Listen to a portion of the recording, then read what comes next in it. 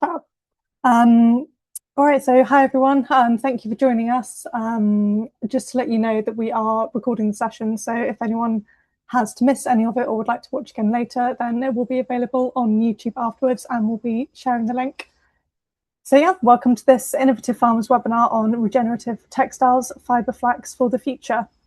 So a quick introduction to innovative farmers for anyone who isn't familiar with the programme. Let's move that one on. It's an on-farm research programme managed by the Soil Association, where we support farmers and growers to run their own on-farm trials, what we call field labs, on innovative and agroecological practices. So we've been doing this for around 14 years now. We currently have around 20 ongoing field labs, all of which are concluding over the next year or so. So we'll have lots of interesting reports coming out of those trials, all of which will be available on our website. We are also launching some new learning networks, which are essentially field labs, but with additional resources for carrying out extra learning activities and extra networking capacity. So the 4 that we've launched at the moment are going to last for around 3 years. And we've also got some funding to launch some new ones. So if you have any ideas or would like to get involved, then please do get in touch. Next one. So this webinar is based on a field lab that we've been running since 2023 on growing flax for regenerative textiles. We have some really wonderful speakers today. We're joined by 2 of the trialists from the trial, Jossie Ellis and Rosie Bristow. We're also joined by flax grower and designer Zoe Gilbertson and our trial coordinator, Colleen. So I will hand over to Colleen to share some more. Thanks, Matilda. Right, just bear with while I figure out how to share my screen again. Right, let me know if this works, if you can see that. Right, can you see just the main screen? Yeah, lovely. Okay. Okay, I am the Senior Farming and Land Use Manager in Scotland. My name's Colleen McCulloch. I've been working with the Soil Association on and off for about 13 years, I think, and I've been involved in probably 6 or 8 field labs over that time. And this one I think has probably been one of the most fun to be part of, actually. Probably the one as well that's grown the most arms and legs as we've gone along. It was going to be 1 or maximum 2 years, and then it's been we kind of started talking about it in 2022, so it's extended a bit, and there's lots of offshoot things. So it's been a really lovely one to be part of.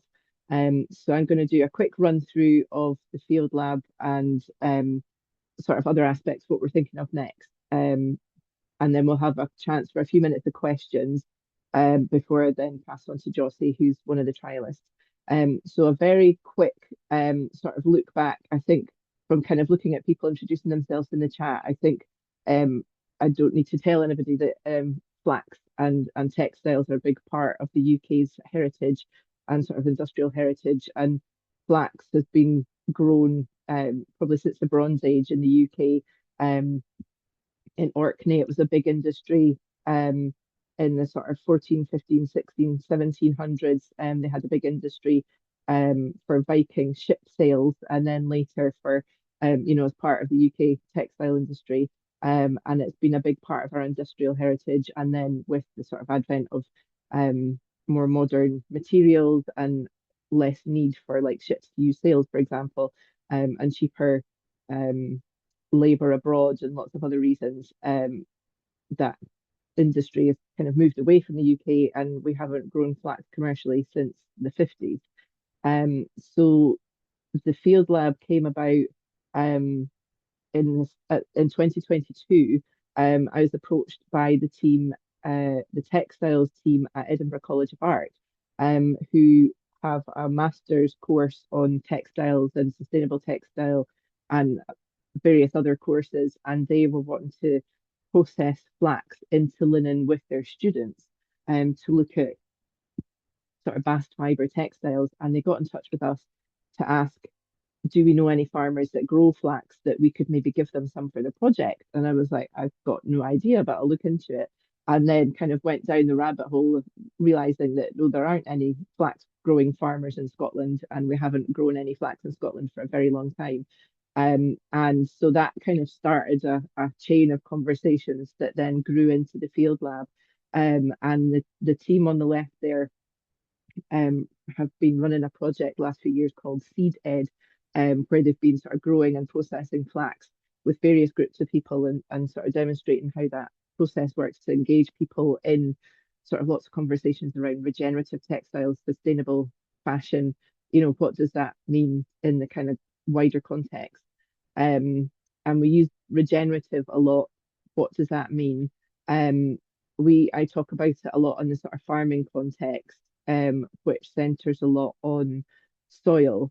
And there's sort of five regenerative principles around soil, around minimum tillage, so not ploughing, keeping your soil covered so that it doesn't emit so much carbon dioxide and leach out nutrients and things, promoting soil biodiversity, maintaining living roots so that your soil has a sort of food source and is living through the winter, and integrating livestock. So they're the sort of farming regenerative principles. But this bit in the corner here is the sort of regenerative textile cycle, if you like. So it's sort of soil back to soil in this very low input and sort of sustainable cycle, rather than a linear production process where things just get dumped at the end.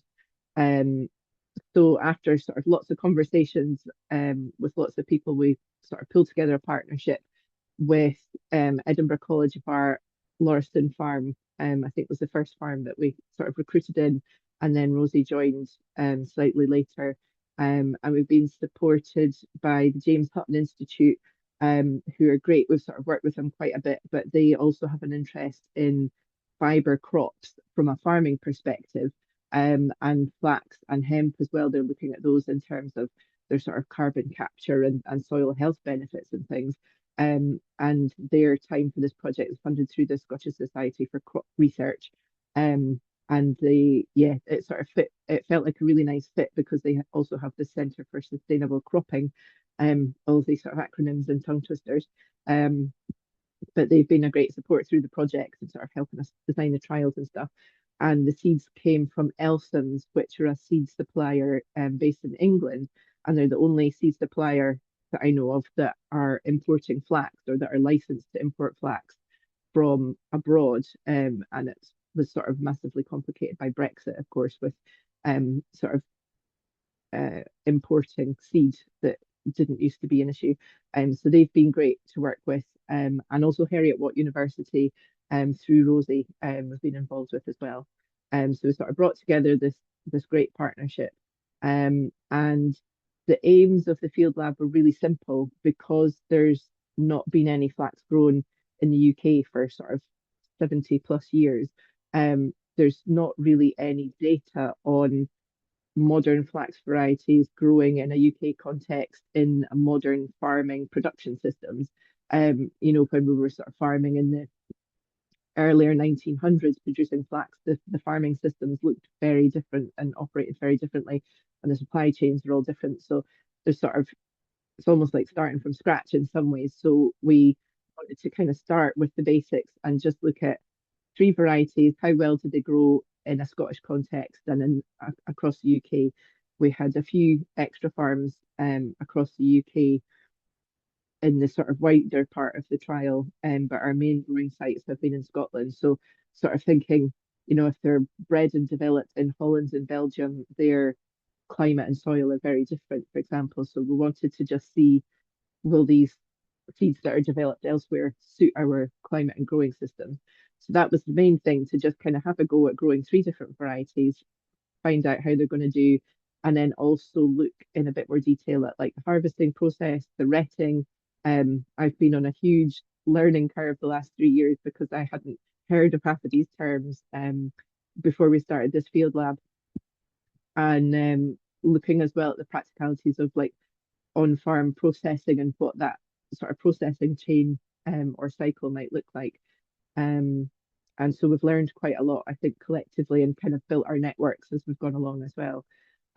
So the variety trial, we kind of sat down with the first couple of farms and the researchers from the Hutton Institute and kind of planned out like the planting patterns, how that would be planted, the kind of growing season, which is slightly different in Scotland, the seed rates as was recommended by Elson's, and kind of looked at what would be other useful things to measure while we were doing this trial. So we were kind of looking at soil health um, and like establishment, what will help it establish better and grow better.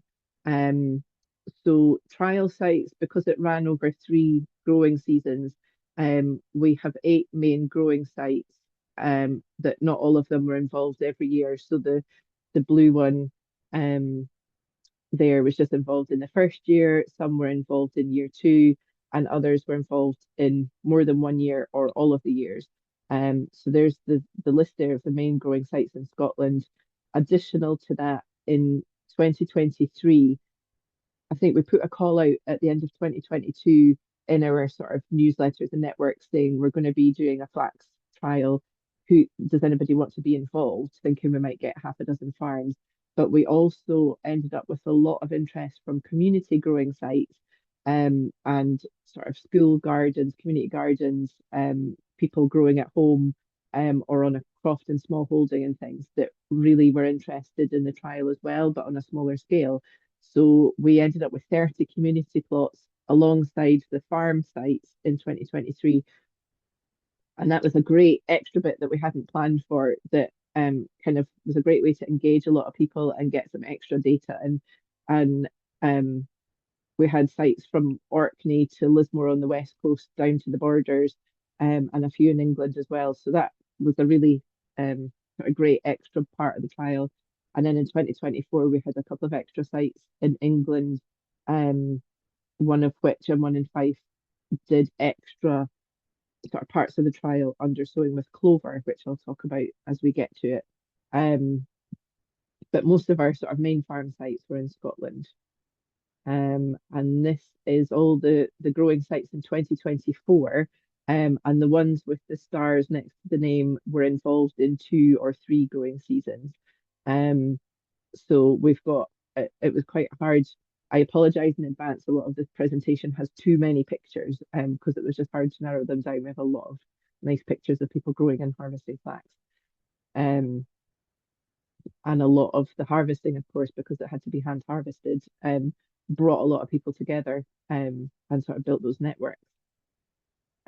So alongside the sort of just main straight up bit of the trial, which was very simple, we kind of looked at a few other things along the way and learned about all the lots of different aspects of flax growing. One of them being soil fertility and just sort of the implications around soil. So, from a farming point of view, flax has a very um, long, intricate root system, which when you pull it out the ground, the roots stay in the soil. So, it's really good for soil structure and soil fertility and the sort of soil microbiome, because then it's sort of providing food for soil invertebrates and things.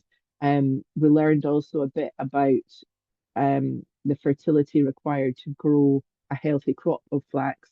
We were, had been doing a bit of reading around, do you need to use fertilizer or manure or compost if you're organic? And there was sort of different answers depending on where we looked when we were sort of researching it. And we found through growing it over several years that it can grow reasonably on soil that hasn't had any sort of fertility building, but it grows much, much better if there has been some fertility building, like compost, manure, green manure, that sort of thing. So that was sort of one of the things that we looked at.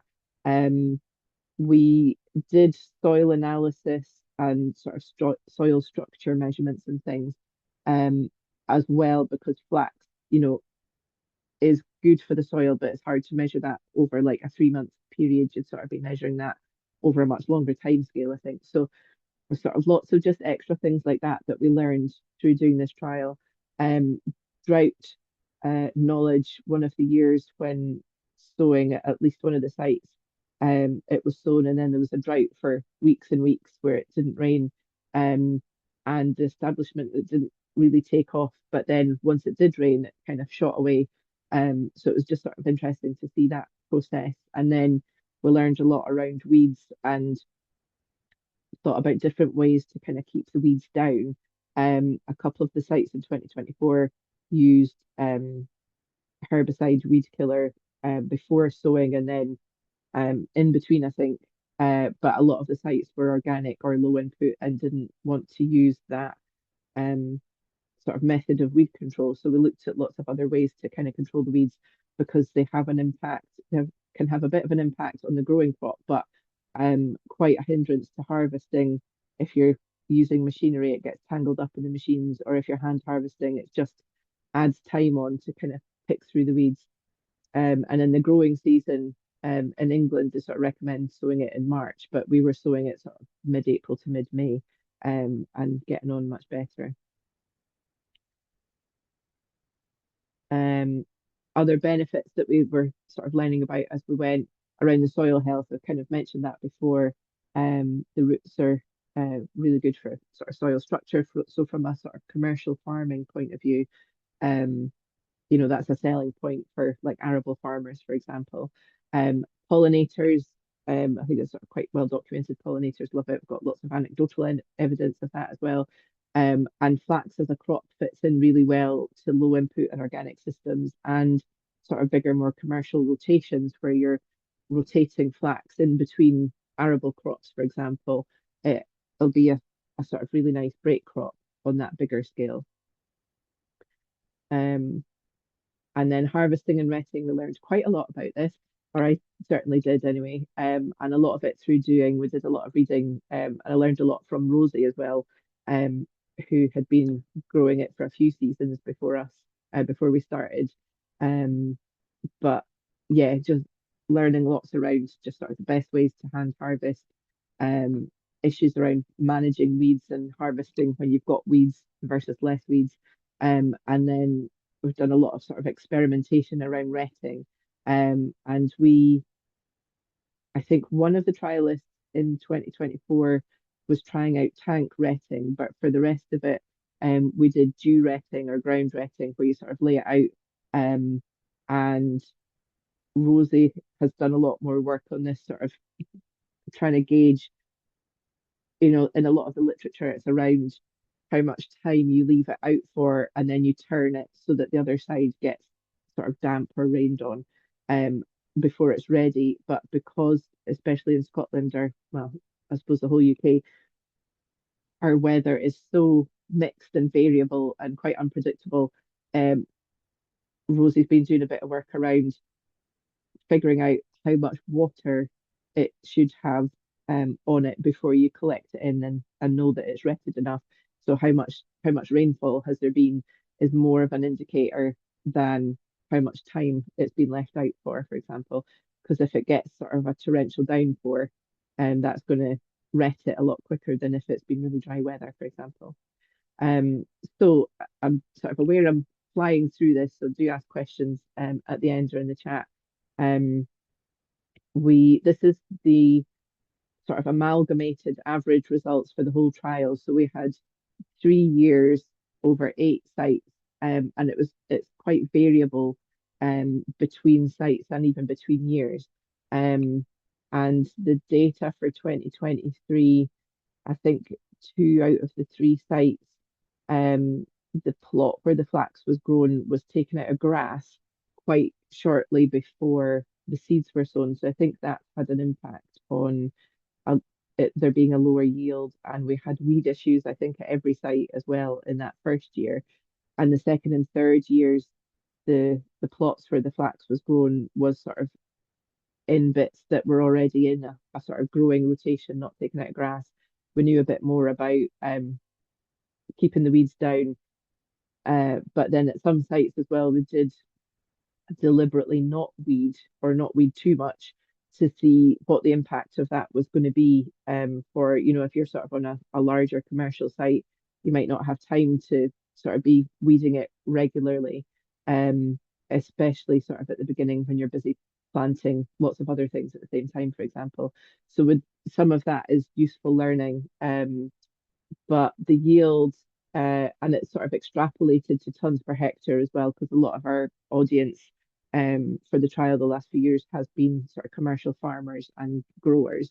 Um, so we've extrapolated to that bigger scale, but in the report that we'll send out with the recording, we'll have the smaller scale yield data as well that might be more relevant for folk growing on a smaller scale. Um, so the maximum yield we got for Delta was 30 tonnes to the hectare. I think the industry standard, I should have checked this before the webinar, it's about 13 tonnes to the hectare as a sort of benchmark average crop, I think. So 30 is excellent. We had some as low as 6 in the first year, um, and and sort of averaging around the 20s for quite a few of those. So getting a pretty decent crop. Um, and yeah, this slide was to sort of show how variable it was between different sites. Um, so this was in for the Edinburgh site, this was in the second year of growing, where it was in a plot that had had manure applied beforehand. So it was much more fertile soil than another site that had taken it out of grass, for example, and had a lot more weed burden. And but the sort of the variability between sites, there's less variability at each site between the different varieties, which is quite interesting.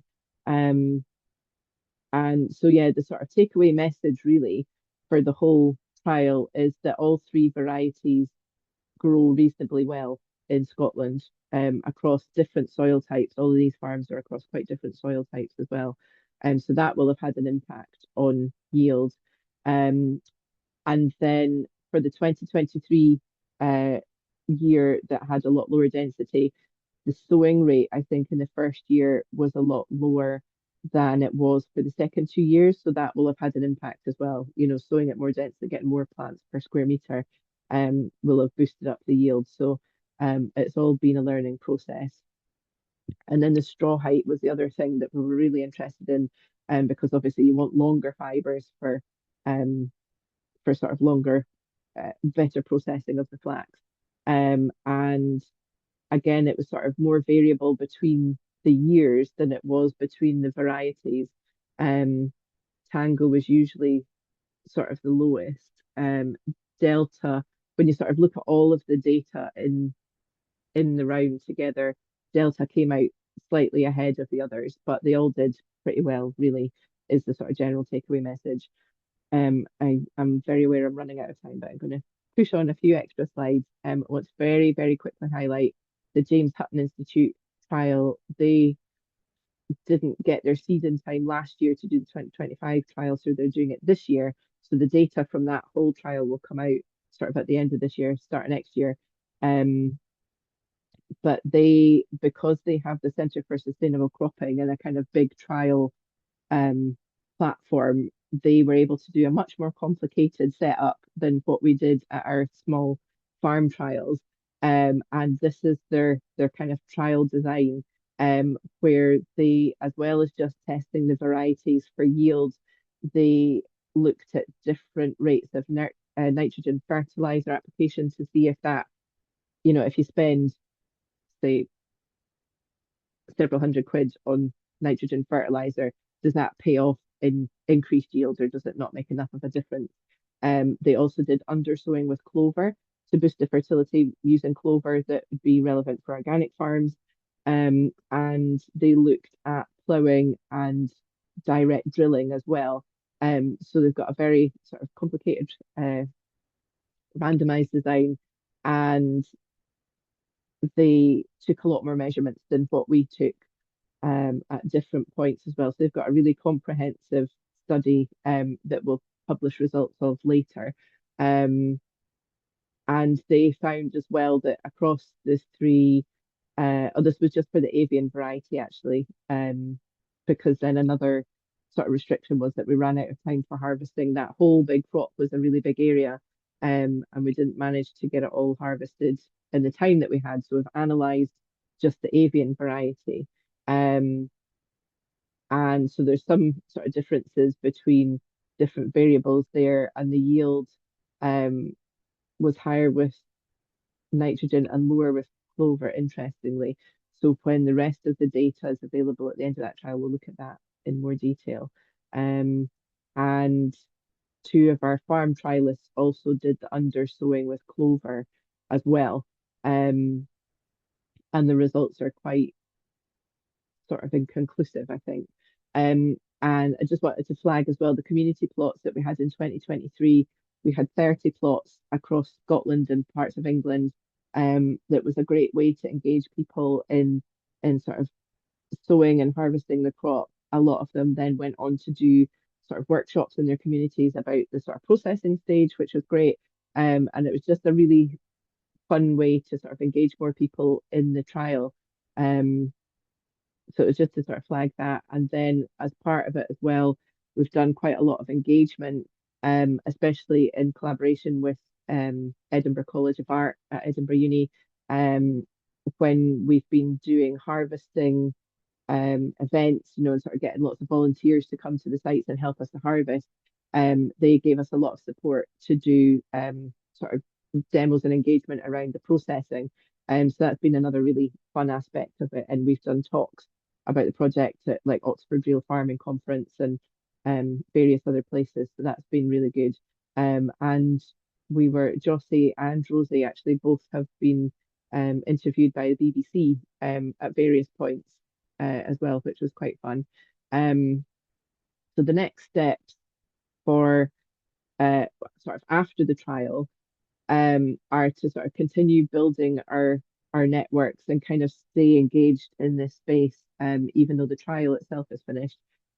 So because we're involved in now sort of several networks and offshoot projects around seed supply being one of them, and Rosie and Zoe or Jossie might speak a little bit more about that, or we can come to it in the discussion bit.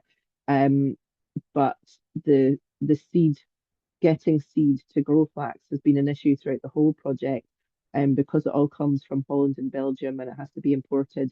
The last few years, out of the last 4 years, at least two of them, we've not been able to get flax seed because their harvest has been poor due to bad weather. So the sort of supply of that is not reliable. And also because they're patented and developed by big companies, you can't seed save. So if you're growing it even on a sort of farm scale, you're not allowed to save the seed to then plant it on your own site the next year because they're patented. So I think a really key bit for any sort of future bigger scale flax growing has to look at seed supply and where that comes from, and can we develop a UK seed supply that isn't patented? Um, and then the other sort of barrier to scaling up is around harvesting. We came up against challenges where we were sort of short of time or short of people to hand harvest bigger areas. But machinery is obviously very expensive. And if you're growing it on a kind of small to medium scale, you don't need a massive big like combine harvester size machine. So we're keen to work with people to look at is there machines that are sort of quad bike scale or push along scale. Um, and so that's sort of where we're interested in working with people going forward. Um, and I think that's the end. So yeah, sorry, it's been a bit of a whirlwind tour, but I'll stop sharing there and see if there's any burning questions. And if not, we'll go on to Jossie, who's one of the trialists. I think we did have a few in the Q&A. I'm not sure if you wanted to do those now, if we can save them until the end. Yeah, we can have a couple. Yeah. Let's have a look.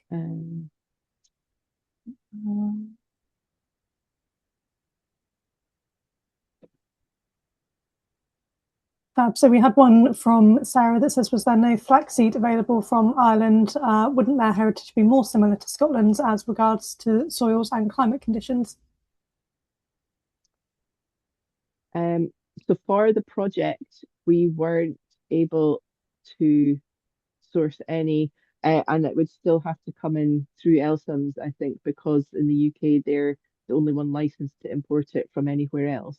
And I think I don't know whether Rosie can maybe answer more to this for sort of going forward. But yeah, for the trial we weren't able to get it from anywhere else.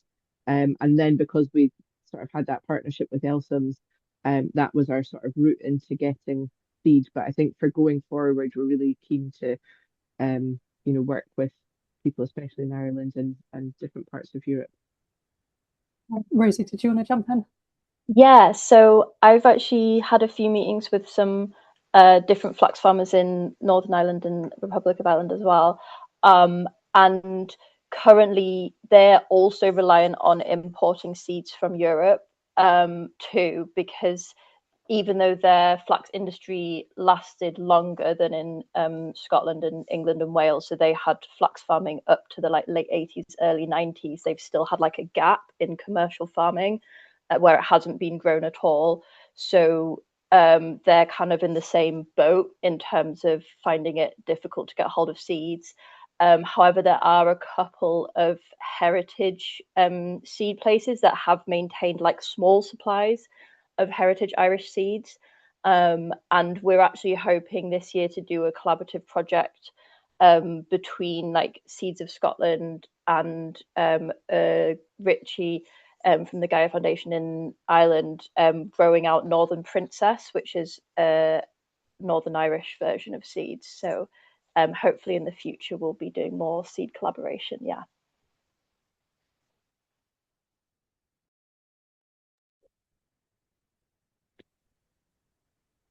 Cool. And then there was a couple of things. Oh, sorry. Just carry on. Scrolling back up and seeing a couple about flax weights and being the wet weight and then dry weight after retting, so harder to compare. Industry data for dry yield is around 7.5 tons a hectare. So I think we were still above that for the plots that we did. And yeah, a lot of sort of introductory ones. So yeah, we can come back to any more of the questions in the Q&A bit, but I'll pass on to Jossie Ellis next from Lauriston Farm, who's been involved since the very beginning of the trial. So yeah, over to you. Thanks, Colleen. Hi, everyone. Just give me 2 secs to share my screen with you.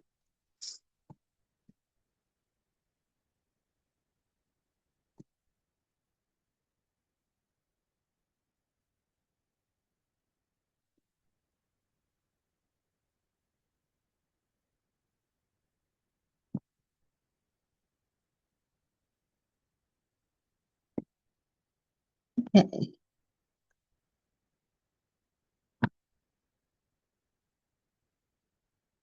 Can everyone see a picture of some farms? Yeah, that's in the first. Okay, great. Yeah, okay, so I thought I'd just begin by giving you a bit of context as to where we are. I'm one of the growers in the Edinburgh Agroecology Co-op who runs the farm at Lauriston. So we're in northwest Edinburgh.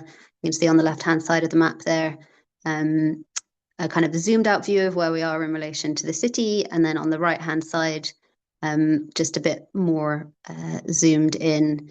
We've got 100 acres that we run as a workers cooperative, and that's kind of across this whole site. We've got about a third of that set aside for specifically habitat restoration and wildlife, a third coming into commercial food production, and a third more focused on community growing. So kind of up the top right hand corner, we've put in new allotment sites for folks and run grow your own courses, have community orchards, and a lot more folk kind of reconnecting with the land.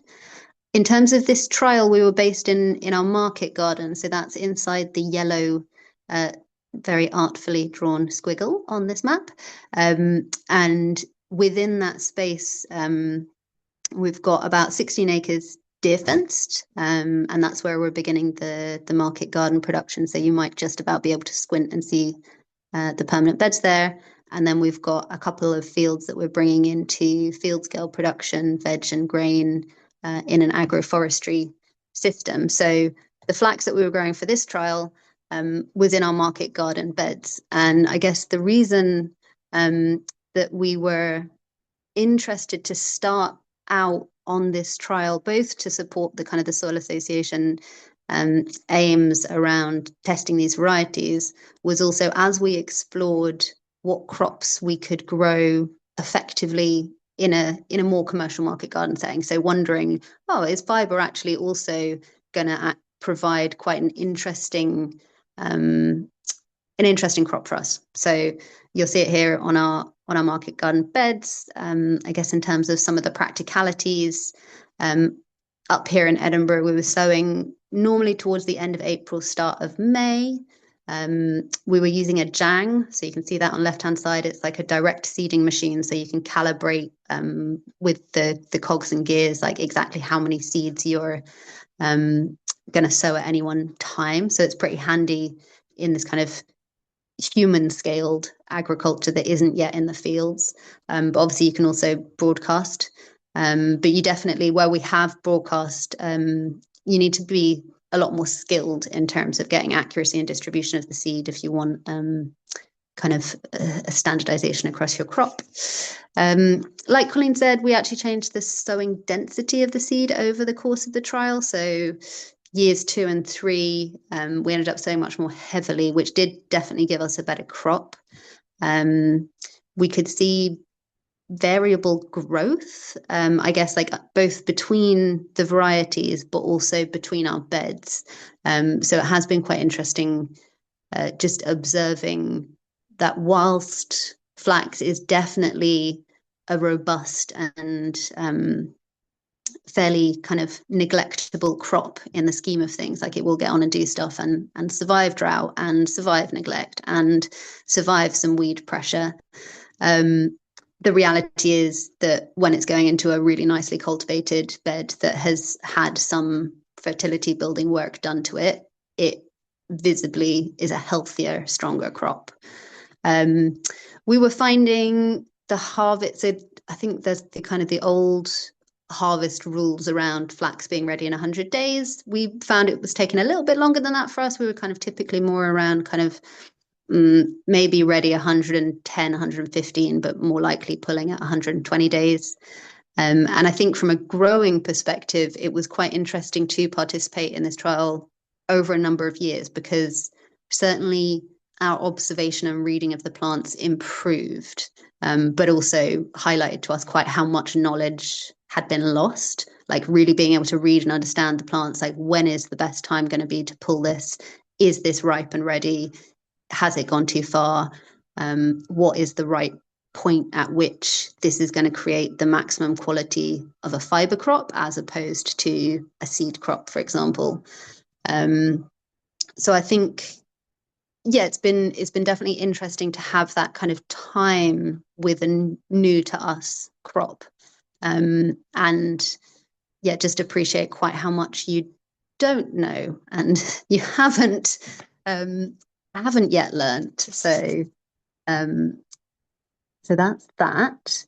And one thing to say, like, I mean, it's beautiful. So it's been quite nice having it in the market garden, just because, particularly in the drought years when everything else was absolutely awful, the flax was quite bonny. So that was good for the soul.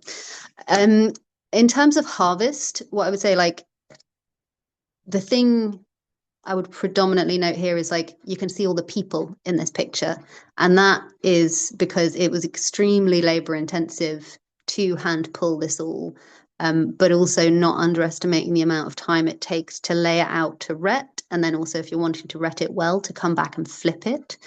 So I think we had, whilst we were quite merrily pottering along through the season thinking, wow, this is such a low input, low energy crop, this is great. It did take more energy than we anticipated at the harvest, but, and I think this is maybe, like, I'll get onto in terms of where we see this for our farm in the future, it was a really compelling crop. Like, we got so much engagement and interest in the flax in a way that made me feel a bit sad for our beautiful annual vegetables that people were excited to eat, but maybe not as visibly moved and enthused by. So it was actually really nice for us in the context of, we're obviously a commercial market garden and we're looking to feed people, but in the broader farm, we also have a remit and a desire to be connecting people with land. So it's been quite interesting to have this opportunity to offer people discussions and connections around textiles or crafts in a way that sometimes food can be more problematic, or it's not the way that they're it's not their route in. So that's been interesting to see, and it's been really nice, I guess, like personally as a grower, to be part of a soil association trial where we're connecting with both other growers across the country, but also this kind of interdisciplinary work. So getting to collaborate with the ECA team, textiles folk, Rosie out at the mill, it's actually really nice. And for me, one of the things I really enjoy most about small scale farming, and that we can do this type of collaborative work. But then, you know, there are challenges. So ultimately, we're only going to grow this in a market garden context if we can make it a viable crop. And we certainly learned some things that were challenging over the 3 years that we were growing it. So like I say, it's not labor intensive to grow, but it is labor intensive to harvest and process. You need quite a lot of space for the retting and time to kind of come back to your harvested crop, flip it and ret it. So that's what you're seeing on that left-hand picture there, like nicely set out, drying and retting flax. But it comes with its own challenges, right? So you can see in the middle, we put it down on some of the pasture. The grass merrily grew through it, and that nearly doubled the amount of time it takes to then effectively lift up and flip your crop, which is tiresome.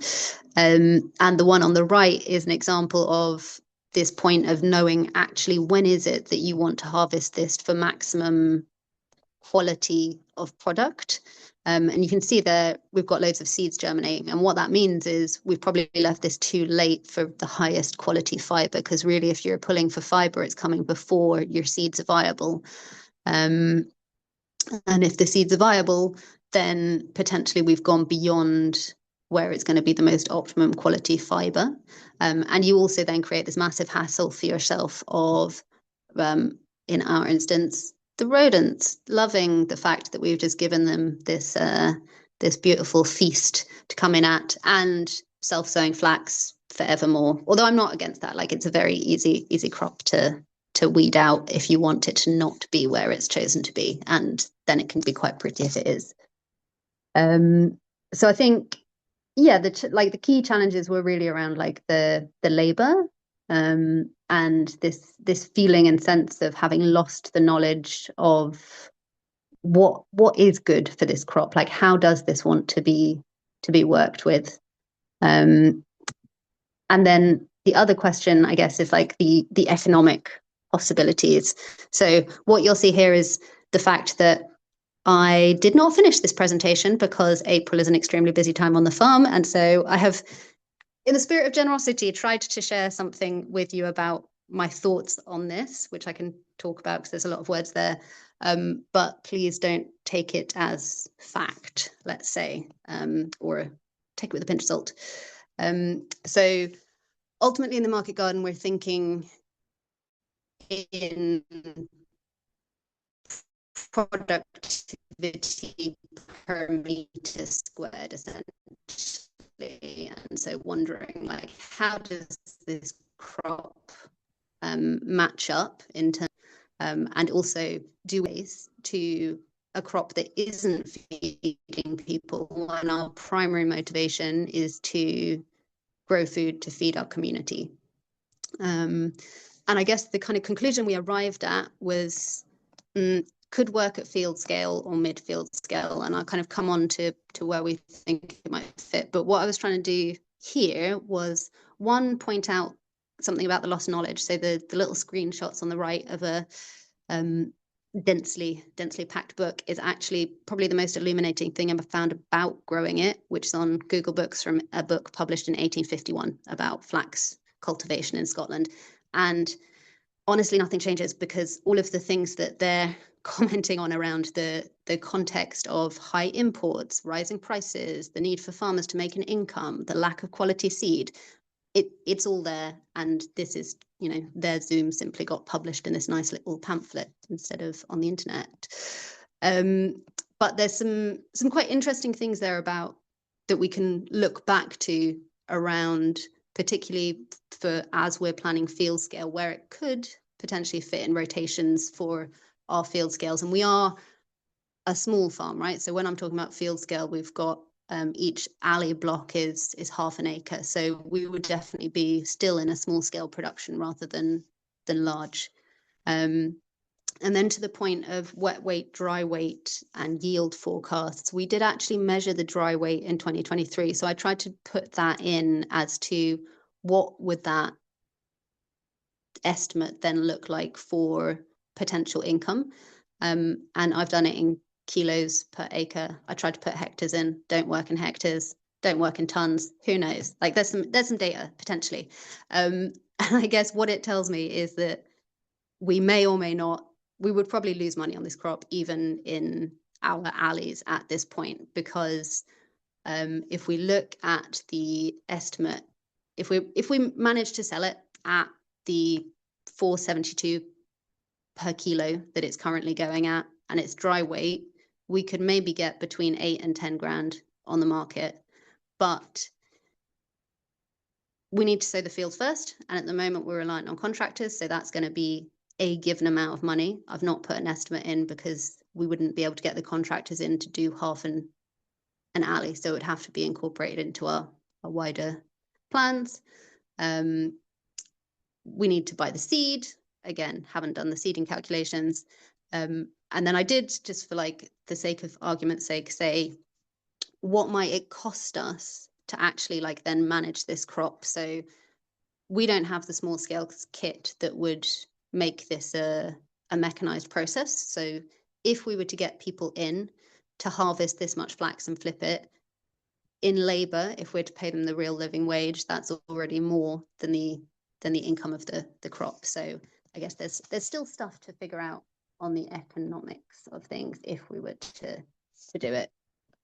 But then it is a beautiful crop and it is exciting, and there is this broader interest in regenerative textiles as part of the wider regenerative farming movement. So I think kind of where we've landed at is, would it be a crop in the market garden? Probably not. Like, we have a high premium on our market garden beds and it doesn't contribute to the objective of feeding people, and we want to focus on annual veg. But where I think it might work, even in a market garden context, like depending on where you are, is seeing the production of this crop as an experience or education. So if you can collaborate with textile artists to sell a year-long course around textiles productions, they're coming to your farm, it's billed as a grow your own t-shirt type thing, you're then making the income on the experience versus the crop directly. And I think that could be a potential avenue. We would also potentially allocate a small number of beds if it could be supported in a CSA style. So if there were a group of people, crafters, textile artists, who wanted to commission us and they agreed to pay for the crop regardless of the outcomes, and they're there to help with labor in a CSA textiles context, that could also work in a market garden. And then the flip side is, like, we could also produce seed. So we already grow other seeds, both for ourselves, for our community, and also for Seeds of Scotland. So looking at the production viability of as a seed crop from a market garden business is interesting as well. So then I kind of touched on the very blurry economics that I was trying to do late at night, of would this work in our field scale? And I guess the question is, dunno. Like there's all the questions around the like the right kit to scale up at a small size, beyond your human labor, but not into mega fields. There's no guarantee on the sale, the income. Like, what if the quality isn't good enough for fibre? We don't know. We don't want to kind of risk that. And there's probably not enough quality seed available to us. So I think where we see it fitting in is like shifting this to a community growing space.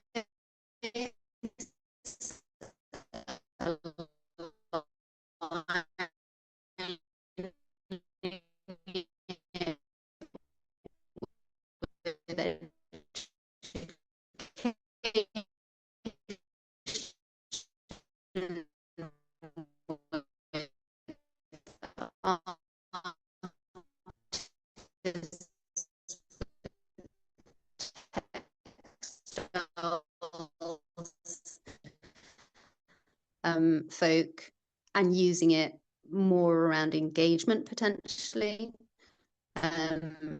And then interested to look at potentially doing kind of this resurgence of people being excited to grow locally produced seed. That's maybe some the actual large scale production of the shift towards. I'll pass it back to Colleen or questions. Thanks, Jossie. That's great. Your sound went a little bit wobbly at the end there, but I think we kind of got the gist around the sort of engagement bit of it at the end. Can everybody hear me okay? Yeah, okay. Yeah, I think just your connection or something, maybe Jossie, just slightly struggling a bit. There's a lot of good questions that I think are sort of more general ones, or ones that might fit to Rosie around sort of machinery and things. And there was one around seeding rates that I think has been answered in the in the chat actually. But yeah, do you want to say about seeding rates, like when you increased the seeding rate? I think we started off at 10 and then went up to 12 or 15 or something like that. Does that sound about right? Oh, I'd just be making it up now if I tried to tell you, but I do keep records. So if folk are interested, I'll look as we're listening to the next one and just put it in the chat. Yeah, that's fine. I think Rosie put something in the chat as well. But I think I'm sort of getting a vague memory from chats previously during the year that when it was sown slightly more densely, it just sort of grew better as a crop, like the sort of strength of the plants seemed to improve. Would you say that? Yeah, I think it might be a crop that's happier with its friends. So having a bit of support around it seemed better. Yeah. And there's another one actually that would be good for you to answer, but you might, if you don't know the answer, that's fine.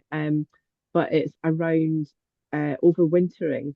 So you mentioned about differences in sowing time between Scotland and England. I saw a collective of producers in Normandy growing a winter crop of flax as well, which they're harvesting about now. Has this been explored in a UK context, and would it make a difference to the quality of the fibre? Rosie or Zoe might be able to speak to that bit, but I know in the community garden at Lauriston Farm, they're doing a trial at the moment of overwintering flax. So I don't know if you've got any knowledge of how that's going so far. I know I saw some photos a month or so ago that it's looking really good as a crop, but I don't know, like, do you know if it's flowering yet, for example? I don't. But I guess it's there. It has successfully overwintered. It does look quite nice, and I guess it will be interesting to see what the quality of fibre is like, because Yeah. I'm interested to hear from Rosie as well, because even anecdotally, like kind of scutching a few little pieces ourselves, the quality differed between the varieties in my experience, and this is kind of like a lay look at it, and in particular compared to like the high grade fine quality sample we had that was shared with us by the Bertha's Flax project, we were a way away from that yet in terms of quality. So yes, I'm interested kind of like to understand how the growing knowledge does intersect with that product, like the material production. Yeah. So for the person that asked that question, I think on a commercial scale, no, that's not being looked at as far as I know. But I imagine there'll be more people than us sort of looking at that just on a smaller little scale to kind of test it out. And Zoe's saying in the chat that the Bertha's flax is 100 years old and flax improves with age. So don't feel bad comparing yourself to that. But we need to aim high. Yeah. Good. Thank you so much, Jossie. I'll pass over to Rosie Bristow now, who's also been a trialist in the flax, but is also so I'll let you introduce yourself and have a bit of a chat. So yeah, sort of 15, 20 minutes, quarter to 10 to we'll kind of aim for. Okay, great. Hi everyone. I'm just going to figure out how to share my screen again. It's always slightly confusing.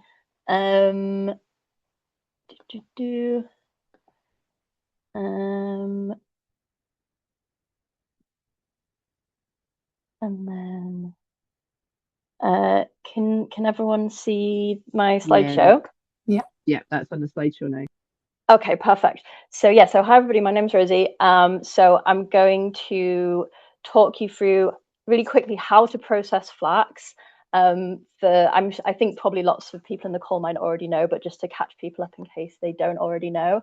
And then talk a bit about what our project Phantassie Fibre Mill has been building, who the team is and the machines.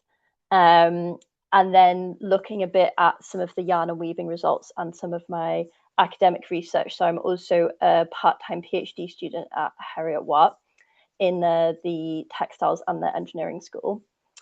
So yeah, so the first step after it's been retted, which everyone's talked about a bit, which is actually where it's left in the field to partly decompose. And that's really important because it's got a lot of pectins that glue the plant together. And as you can see in this video, what I'm trying to do here is to snap up the stalk. And so the inner stalk, it's got a kind of woody core called a sheave, which is what we want to fall out and release the fibers, which kind of encircle around the central core of the plant. And the next step is called scutching. So scutching is essentially scraping, and here I'm doing it with just a very lo-fi hand tool. This is just a wooden spatula. So I'm scraping out the inner core and scraping off the skin of the straw, and you can see here the fibers are really starting to come out. And then the kind of last step before spinning is called heckling or hackling. So this uses metal combs to comb out the fibers, and I'm starting with wide tooth combs here.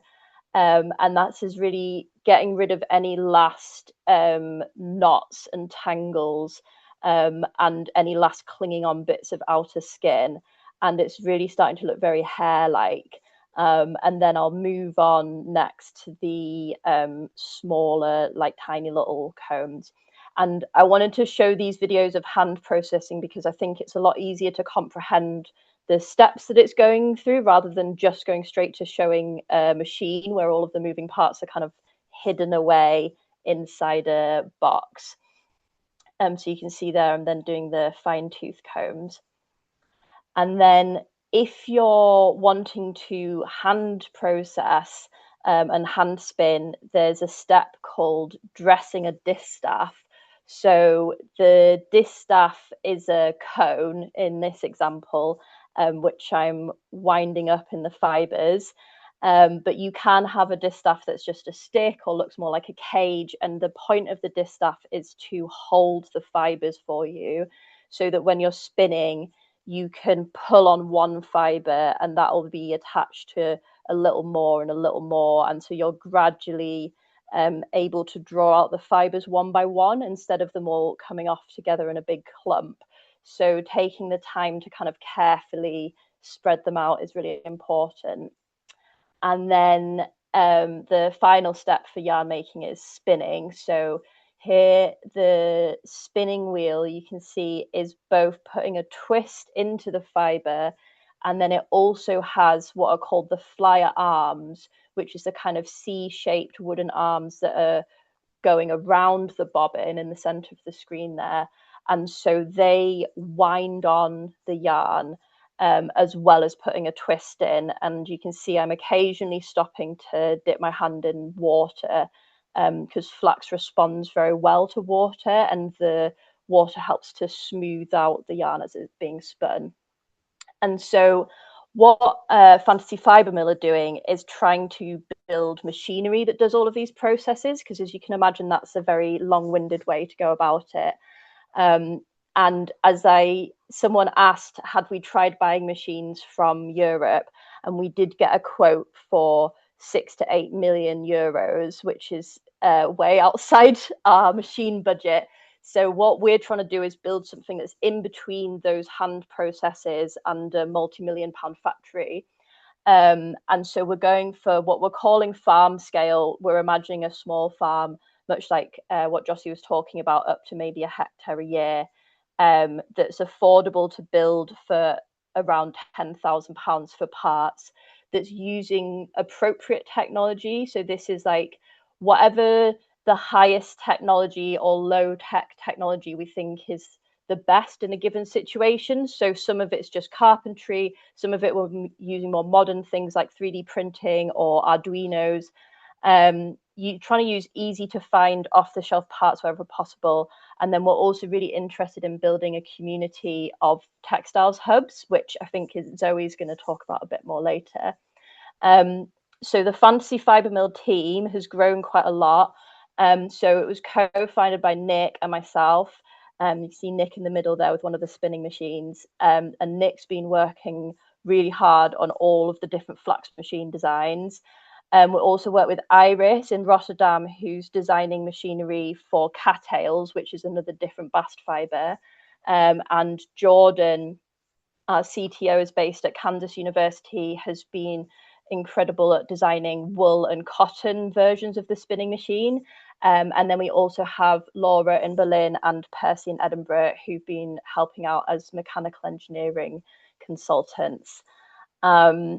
And I've just got a few quick videos that kind of show the different machine designs. So these machines are doing the breaking, which is the first step of the process, where we're snapping up the straw to release the sheaves from the plant.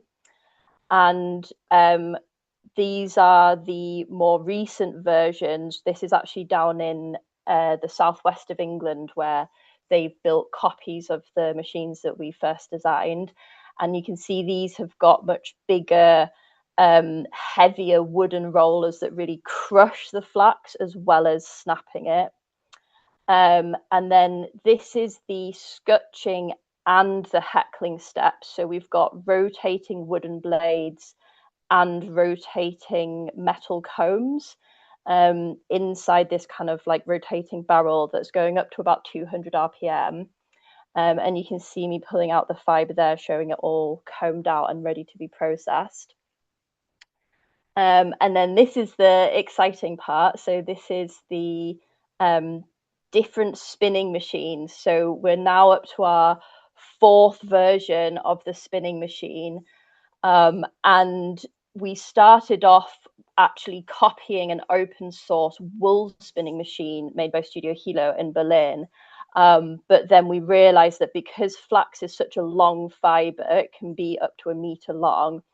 You need to have a completely different size of machine, because the length of distance between the pairs of rollers in the machine has to be slightly longer than the length of fiber, and wool is only about 15 centimeters long at the kind of longer length, which is why even though there's a lot of wool spinning machines in the UK, it's not possible to do flax processing on wool spinning machinery. And then this is the very exciting machine. So here, oh, I've left the sound on that one. On the far right, this is what Nick, my business partner, has been incredibly busy working away on for all of last year, and has done some amazing work adding all of these moving faller bars, which have been driven by the spirals. And you can see them falling down there. And this, I won't get too into it, but this mechanism has hugely improved the fiber control and improved the yarn quality massively. So it's been amazing seeing all of the development that he's been doing. And you can see here the results. So in the picture on the left, you can see the much thinner, more even version from version 4 of the machine versus version 3 of the machine, which we're really excited about. And in terms of weaving, it's coming out at about 35 wraps per inch, or NM5. And that's with the double spindle attached from earlier this year. So I've just got a couple of slides of results. So this is the weaving done by Brigitte, who's part of the Let's Grow Flax project she started, where they grew enough flax to make a pair of jeans. And it was a collaboration between a lot of hand spinners and then also Phantassie Fibre Mill. And you can see in the middle, she made this really amazing piece of weaving for us where she documented all the different samples we were sending her to compare them to each other. And then here is a sample that I worked on with Jan Hughes, who's part of Fibre Shed Scotland. And this was actually part of my research at the university, looking into, is it possible to grow flax to make scrubs out of in Scotland? So we grew some flax at a hospital site in the Highlands. And so this was one of the samples. So this is actually using version 3 machine yarn. And we're just about to get some samples of version 4 yarn, which is work in progress, which we're really excited about, which should be really great. And then I just wanted to give a brief glimpse into, I've been doing a lot of research in books as well, comparing different types of spinning machines. But this is getting very like nerdy and in depth, so I didn't want to go too far into it. But basically, I've been looking at what are the pros and cons of wet spinning, which is the most widely used spinning technique in most factories today. And that's actually, most spinning factories now are located in China. There's still a couple, there's one in Italy and one in France that are still operating, but most of it is moved and is part of a kind of global supply chain. And then gill spinning is more similar to the types of machine that we're trying to build, and kind of looking at the differences between the different types of machines. And both of them have kind of pros and cons, and use slightly different processes. But yeah, I'll happy to go more in depth if people are interested in the Q&A session. And also, if people just want to get in touch to ask me more questions as well, I'd be happy to get emails from people. Yeah. And thanks, Rosie. That's great. I'm not sure if there's any questions. Yeah, there's a few. Some might fit in the bit afterwards, but there's one that's just popped up. Have you tested your line with cattail yet? So we haven't yet, but I think Iris, who's doing the cattail project, is building a copy of that machine at the moment. So I think she's hoping to have samples soon. Oh, and I can see Brigitte is in the chat saying, yes, I'd love to see how it's going, Brigitte. I'm really excited about seeing what the latest samples look like. And there's one, I think it was maybe from Zoe from before, but might be worth looking around to just now. And then we'll keep the other questions for the Q&A chat bit, I think. Interested not so much in the yield, but the fibre quality. My experiences can be affected by high nutrients in the soil, and have heard of UK farmers growing flax at scale, like sort of big field scale, who had it rejected for processing due to low quality. Have you got any thoughts on that? I mean, I haven't tried personally like sending anything we've been growing to bigger factories, because we've only been doing it on like really small amounts. But I know they do have like an ideal height standard of about like 90 centimeters, after which it gets too big to fit into the machines. And I could imagine it. In that, Rosie, it's actually Louise who knows the farmer. And I was she's on the call, and she said it was the height that was the reason the crop was rejected, not the quality. But from personal experience, I've found high nutrient growing creates stronger, tougher fibre. Really good if you want sales, but if you want fine yarn, maybe not. And I think that's what we need to kind of start looking at next, really. Yeah, that's really interesting.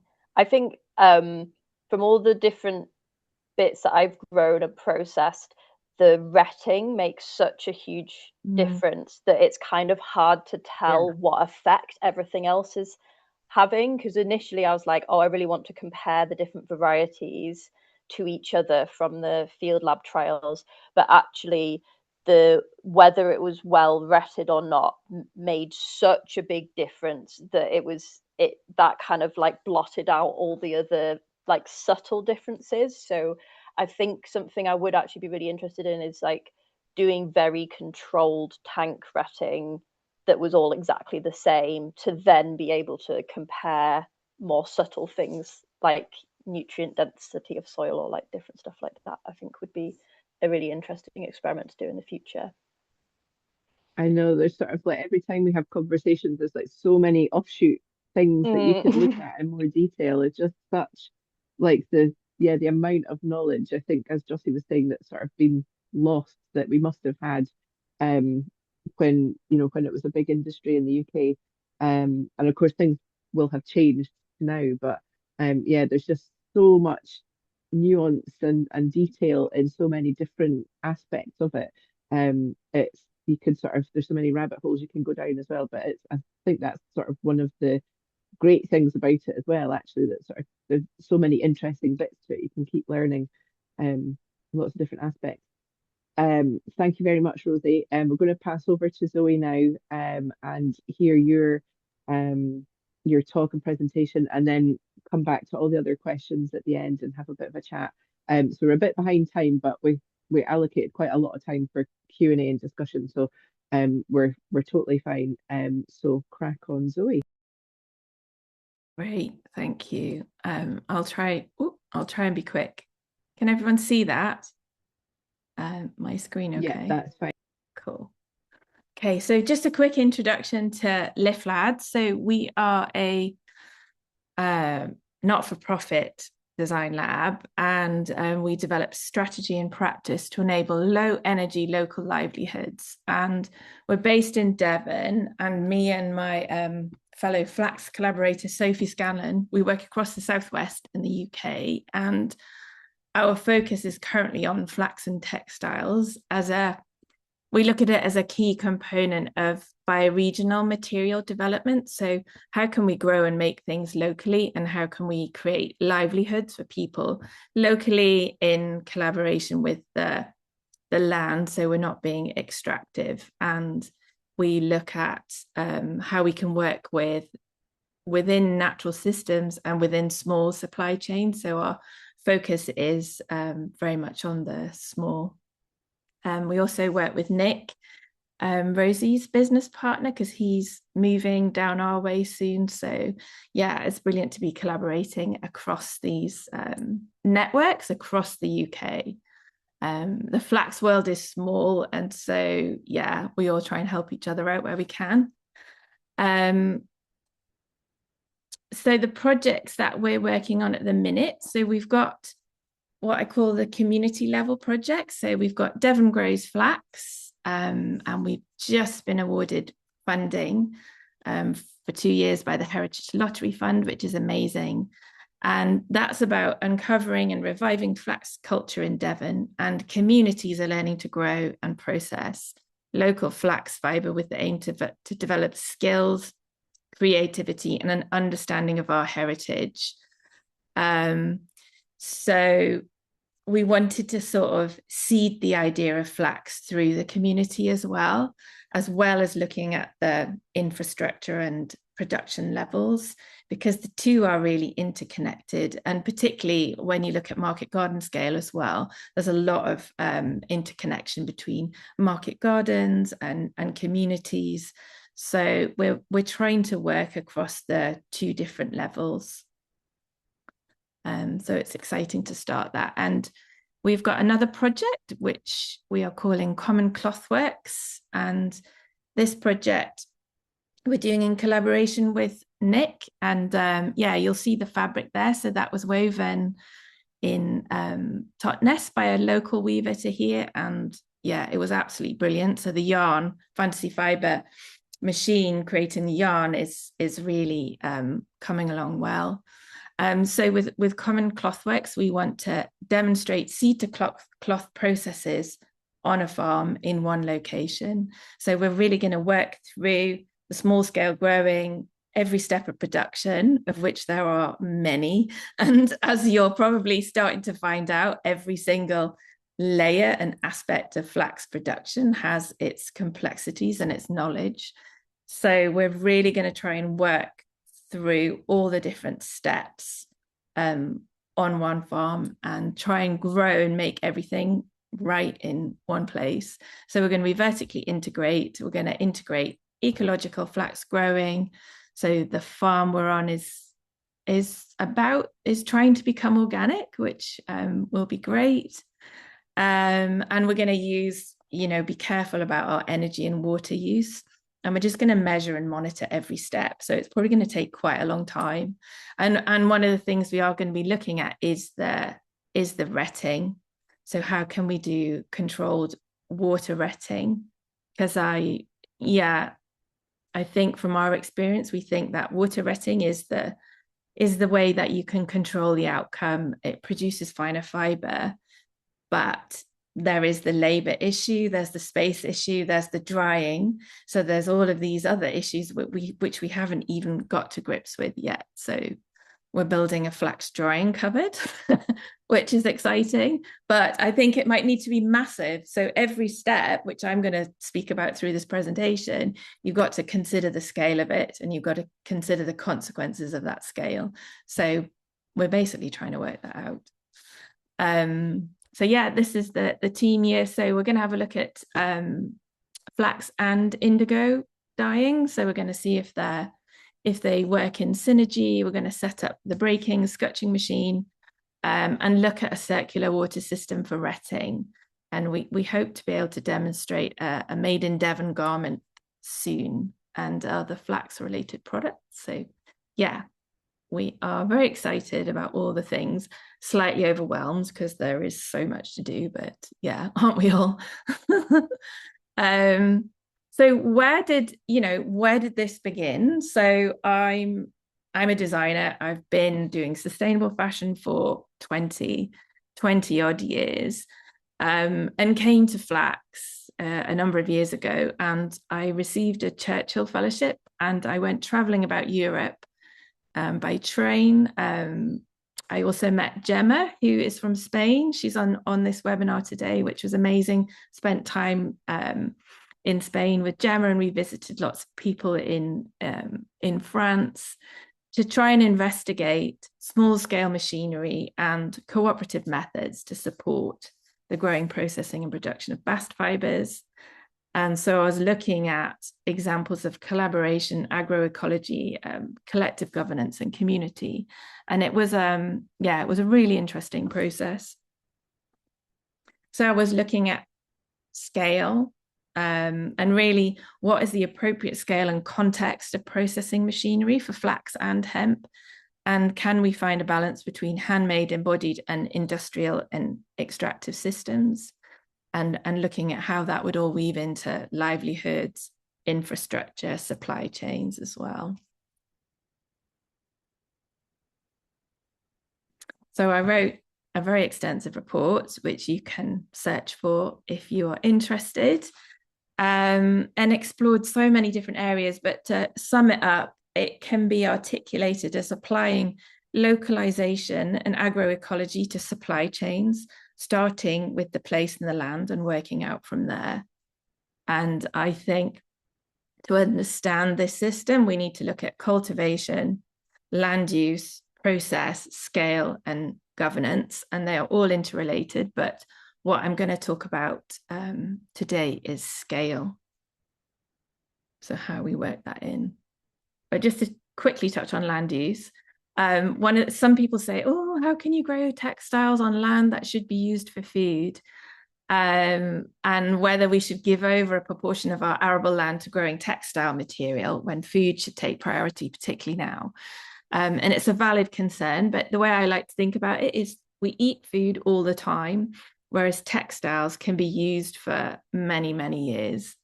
And these are playfully calculated estimates that show that 1 hectare of land can make 10,000 loaves of bread or 650 pairs of jeans, and that the use value of land over time is very different.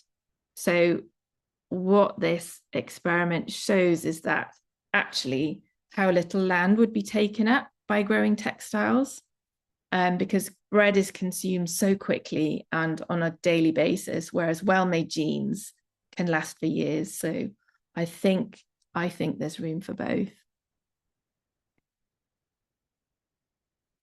So looking at all of the different stumbling blocks to creating localized UK fibre, one of the main ones is machinery needed to turn raw plant material into practical value. And I've been looking at the scale of this. Rosie's gone through the scale of the small lab scale equipment, and I think I really like that scale, and we're going to be working at that scale, but it doesn't always have to be small. I think it should be appropriate to the context, the place, and the people in that place. And there are many steps going from seed to final cloth that we haven't really even touched upon today, additional steps in the process. And it's just important to be knowledgeable about those if you're going to take it on. When I toured around France, I went with a group called Lin et Chanvre Bio, which is the Linen and Hemp Organic Association. And they're just amazing. You can join them for about, I think it's €30 a year. And then that entitles you to go to their conferences, and they organize these study tours where they take groups of farmers, designers, anyone interested in the textile supply chain on little tours around France. So they go around France. So they go and visit other farms and other operators around France on a minibus, and they stay in these little hotels, and they all eat together and they share this knowledge. And you have lots of farmers, like proper farmers, ordinary farmers, going round looking at textile machinery, understanding the processes, and I really like that.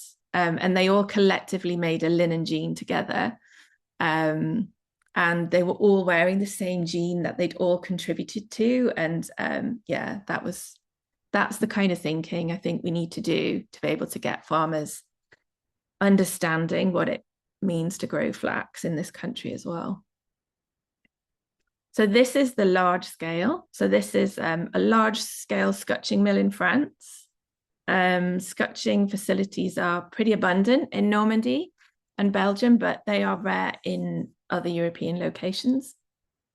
And there are many countries in Europe that I'm also connected to, as also Eileen Blackmore, who's in this webinar, who's doing amazing work with flax in the Netherlands. There's a lot of people like us, like me and Rosie, looking at, okay, how do we do it in, say, Spain? Like Gemma is doing, how do we do it in the Netherlands? How do we do it in the Czech Republic? So there's a lot of interest in this around the world. Our flax mills closed in the 50s in the UK, but they really were a temporary war measure. And most of our linen industry was long gone by the end of the 19th century, because we just couldn't compete with Europe. Although Northern Ireland's a different situation. I guess I'm talking about England here.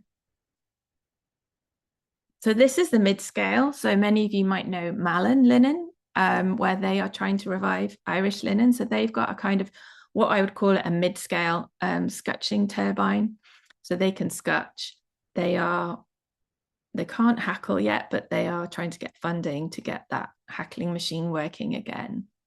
But it's strangely different. It's strangely difficult for them to revive flax in Ireland, because people kind of think of it as a dead thing because it's got a big museum.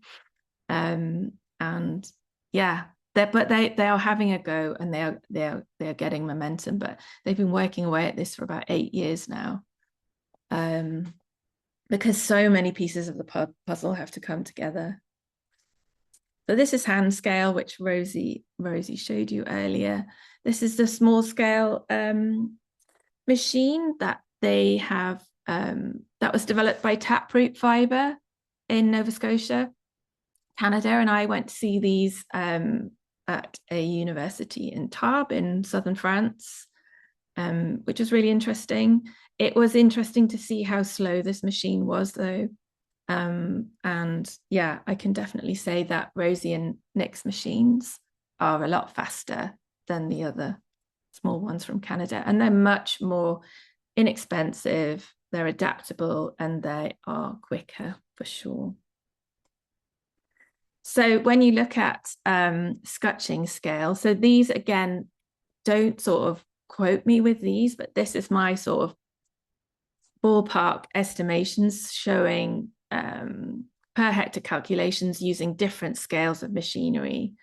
And the assumptions used are a low yield of 5 tons of straw per hectare, because this is what the French are actually getting now, because the conditions are shifting.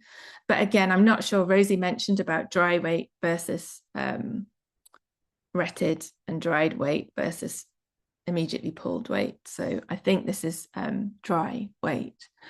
But the average is definitely dropping each year, because the French, people have probably noticed the French are moving into the UK to grow flax here because their conditions are shifting a bit in France.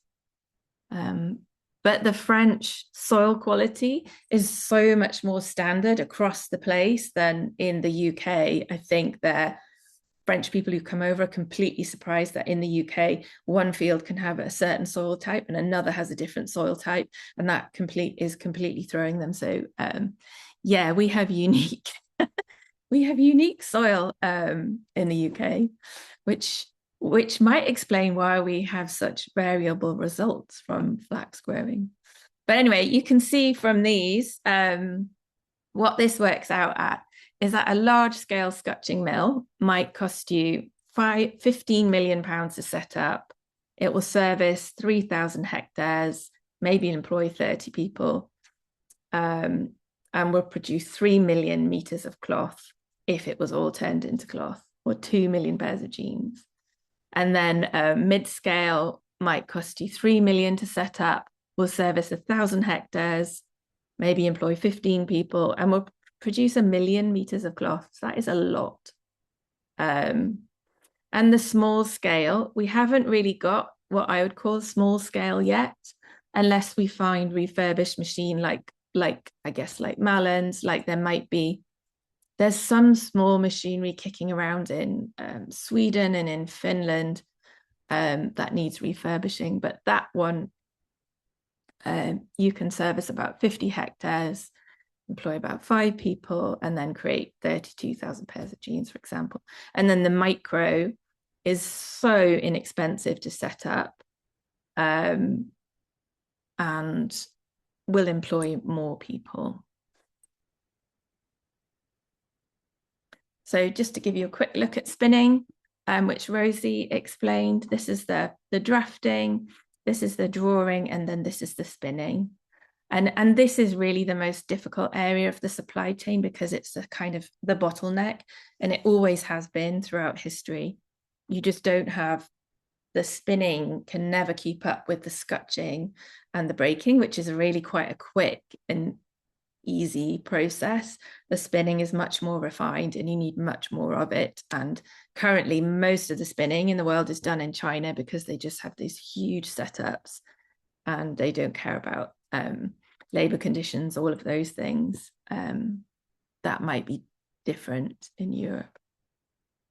So if you were to set up spinning mills, you've got, even a large scale spinning mill will cost 5 million to set up.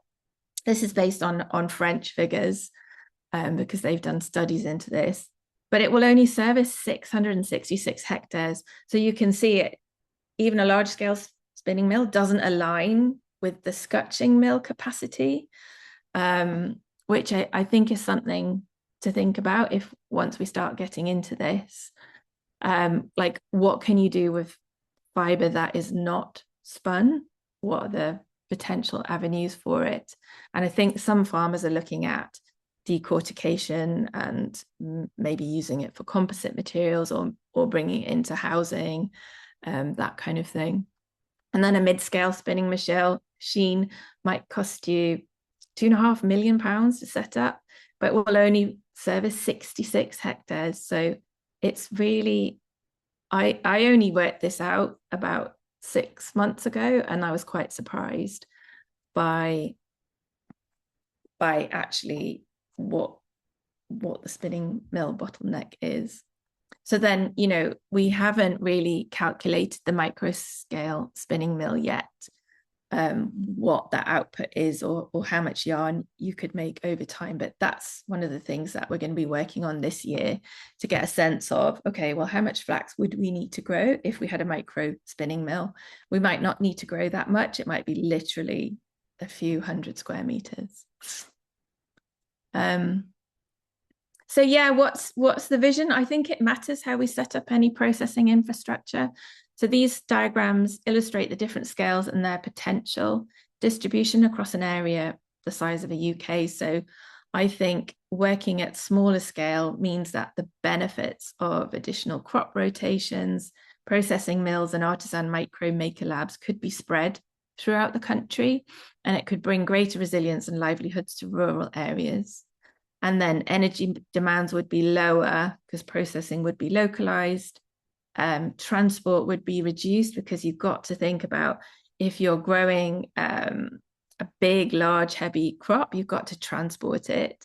And that requires specialist transportation, which the French know how to do, which we don't necessarily know how to do. If you're going to try and get all of that flax from Scotland across to France, I mean, that's, I don't know, it's a bit, just seems crazy to me. That growers are doing that, but I guess they're just trialing how it might work.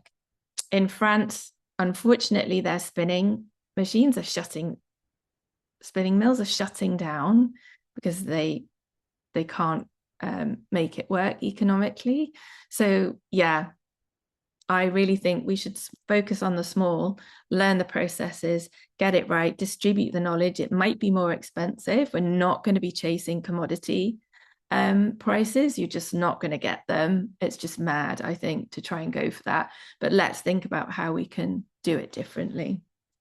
You could have flax growing across hundreds of towns. You could create small amounts of cloth. You could employ lots of garment machinists, mill workers, weavers, technicians, all sorts. And we could spread that out rather than employing 5 people in one massive scotching mill and then transporting it to France. So that's my take on it. That's where I go.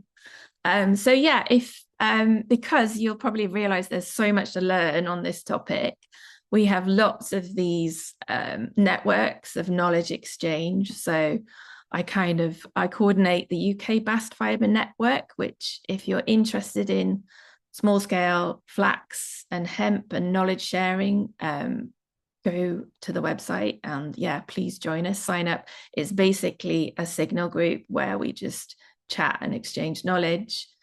And then we're doing the same thing with a couple of European, with Southwest Textile Commons. Dave's on the chat here. He's the one who's been growing in Dorset, and they're doing lots of interesting work in Dorset around the heritage as well of flax.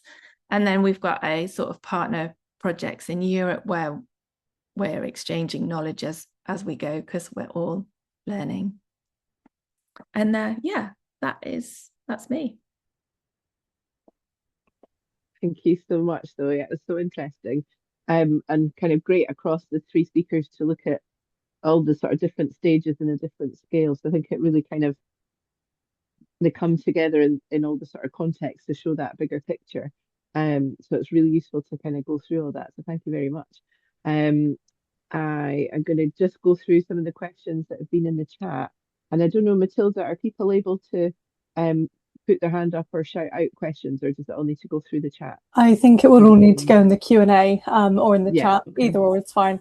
Very quickly, before we jump into the Q&A, I have a very short 1-question poll for people to answer, if that's okay. I'm just going to pop it up on the screen, and feel free to answer throughout the next half an hour or so.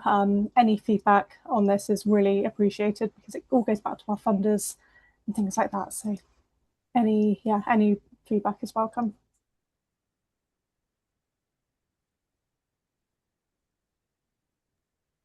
Thanks, Matilda.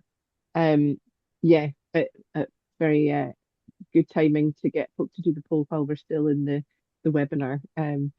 Oh, we normally put it so on well at the done. end and it's far too late and everyone's gone. So yeah, if you could take a minute now, that would be really great. Thank you. Yeah, thank you. I'll just sort of pause for a second. But yeah, I can second that any feedback is really helpful for us. And we across the organization we do use feedback to kind of then tailor and inform what we're doing. So yeah, my head is full of all that information. There's one question quickly that might be, well, maybe any of you can answer. Are the spinners in Italy and France commission spinners? I guess, does that mean that you could sort of get them to just do a batch at a time, for example, like commission them to do it? Does anybody know that? Rosie will probably know about this as well, but I think from what I've heard, you do need to have quite a large amount.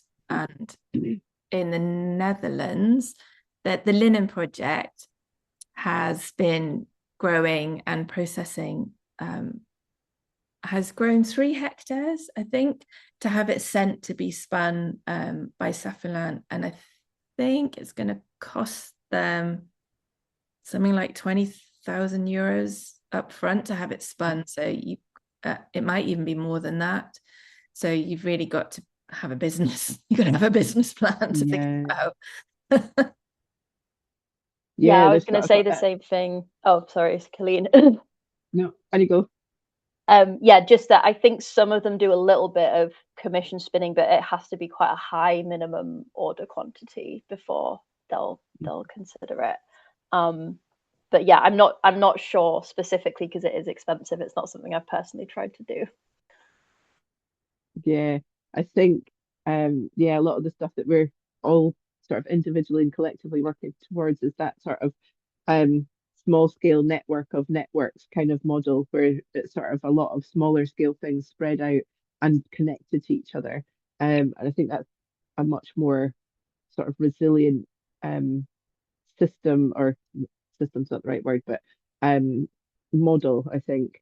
And having sort of all that information sharing and skills and things as well. And there's a more of a comment than a question. Perhaps a School of Engineering could help to develop harvesting machines in the longer term, but less expensive and a great way to connect with young people. I don't know for any of the speakers here if anybody's been involved in chats around harvesting machines and what that might look like in terms of how we kind of get that ball rolling. But I know from in terms of sort of innovative farmers, we've been involved in like a couple of chats, but it's all still very sort of scoping out stage at the moment. Yeah, we do keep talking about it, and it's on our list of to-dos.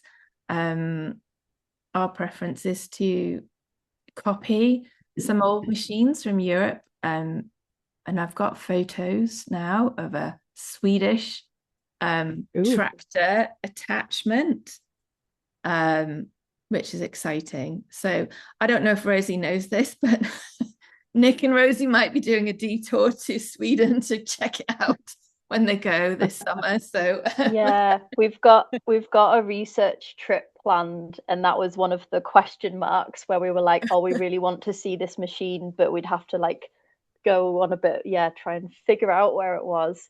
We've done a couple of collaborations with the engineering students at Heriot-Watt University, which have been really interesting. So it's something we keep talking about where we're like, oh, we should do another engineering student collaboration and get them to try and build one of these machines. So I think watch this space. It's definitely something we've been talking about, but we haven't got around to yet because all the other machines have been very time consuming. Yeah, and there's another couple of comments around machinery and does anybody have contact with other parties for second-hand machines for harvesting, for example? I can say a little bit to that for the growers in Fife, I think. And has anyone sourced machinery from France? And especially Normandy, for example. But I think for as part of the field lab project, when we looked into bringing any kind of machinery from somewhere far away, the transport costs were prohibitively eye-watering. So we just didn't go any further down that route at all. And the growers in Fife, I saw a couple of comments in the chat about seeing some harvesting machinery going up the A1.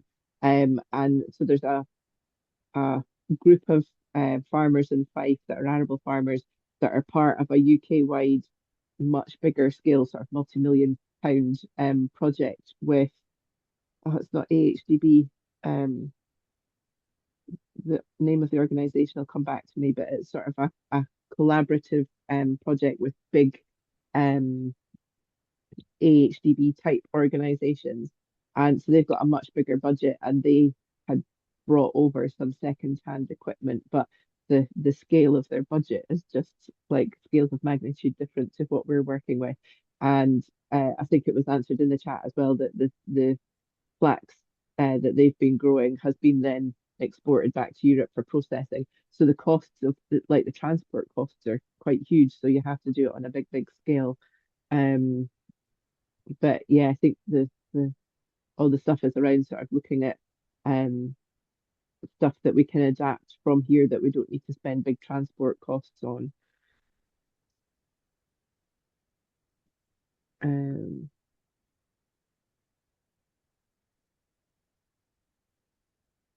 And there's one about supply chains. How far do you think is coming back of short supply chains in Europe, or short supply chains to Europe? I don't know if anyone wants to try and answer that one. I think there's been quite a lot of interest in France, especially Zoe was saying with the linen chanvre bio, to have what they call like short circuit, like circuit court. Sorry, my French pronunciation is probably horrible.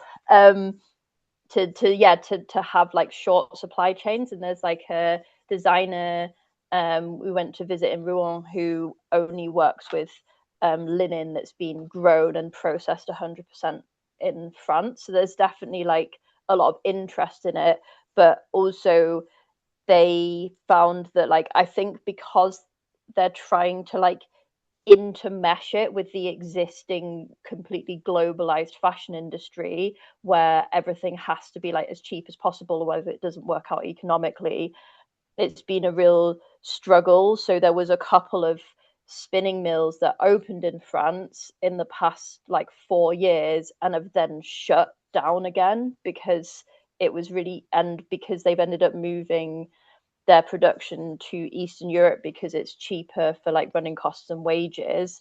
So I think it's really difficult to do it on a like big scale, like, or to do it as a kind of mixture of like really large scale factories but then a local supply chain. I don't know if you have any more info on that as well, Zoe. Yeah, I think there's a lot of interest, but the countries that are interested are, I guess, at a similar stage to us. But one thing I'm unclear on is the likes of Lithuania. I think they still have a good linen heritage, and I just don't know if they still produce linen. I'm really unclear about whether they produce the yarn that creates that they produce things from. So yeah, there's so many interest. There's so many people around the world looking into this with the knowledge exchange. There's a Nordic Flax project where they're looking at the same things as here, but on for the Nordic region, and they're open to knowledge exchange. You're talking about the networks, Colleen, but they are going on a study tour to Lithuania at the end of this year. Unfortunately, I can't go, but they're going to check that out and have a look. And then there's a lovely project in Canada, in the Atlantic side of Canada, just looking at how do we bring back. I think someone in the chat is from that project. How did they bring back? Looking at exactly the same things over there. So yeah, there's a lot of potential to share knowledge around the world. There's a few. Oh yeah, Anne Doyle Huntley just popped in the chat from Nova Scotia in Canada. That's super. There's where's the one that I was looking at a second ago? Oh yeah, there's a question around someone at the beginning of their flax journey interested in places that are working on flax at the community scale. And I don't know if there's any sort of projects or like platforms or network hubs that anybody wants to flag up just now in terms of the speakers. We can maybe put a couple of links in the follow-up email. So for the speakers, if there's any things like that that you want to pop in the follow-up email, we'll include those. But yeah, if there's any sort of community scale projects that you want to highlight just now, go ahead for people that are sort of looking for others to connect with or other projects to connect with or learn from or just follow, then shout those out just now. Yeah, for sure. I mean, anyone in Devon can connect with the Devon Grows Flax project, but I know that Bridget, who is in the chat, who's been weaving, also runs Let's Grow Flax, and she's in the sort of southeast area, but I think she might offer an online opportunity. And then Flaxland also are a great place for buying seeds and doing courses and learning about it. So yeah, we should put a shout out to them. Yeah, definitely. I've got in touch and annoyed them a few times for they're just such a great source of sort of information and just long-term knowledge on all things flax. So we can pop that in the follow-up email. And there's a question, when you share the recording, are you able to share the speaker's contact details for possible follow-ups?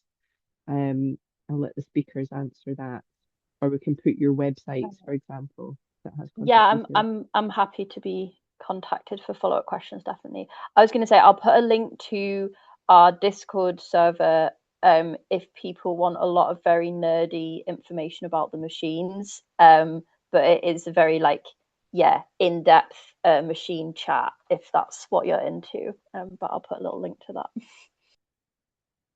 Super. And another one for the sort of networking side of it, there's also Bast Fibre Commons popped into the chat as well. That's worth a look. And yeah, Anne saying we're always looking for connections. Happy to geek out with anyone about flax agronomy, equipment, economics, governance, all the things for their project in Canada. So there's another one in the chat there for folks that want to connect together.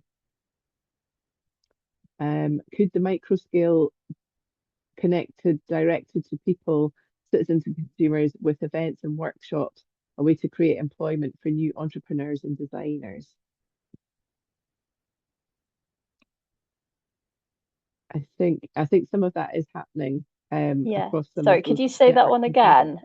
Yeah.